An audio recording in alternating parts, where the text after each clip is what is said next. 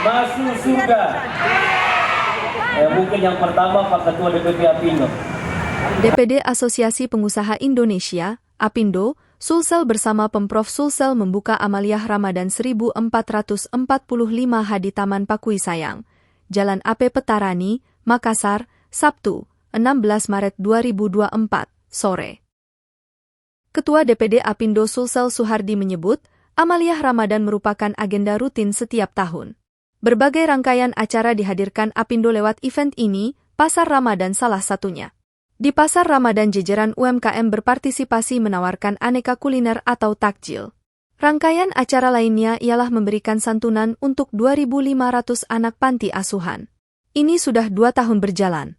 Kita undang anak panti, ada santunan yang dibagikan, kata Suhardi.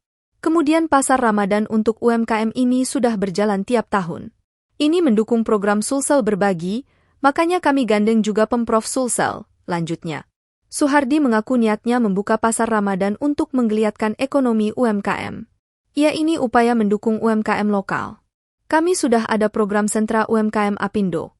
Ada ratusan UMKM di sana. Nah, di bulan puasa kita ajak lagi ke acara ini Amaliyah Ramadan, jelas Suhardi.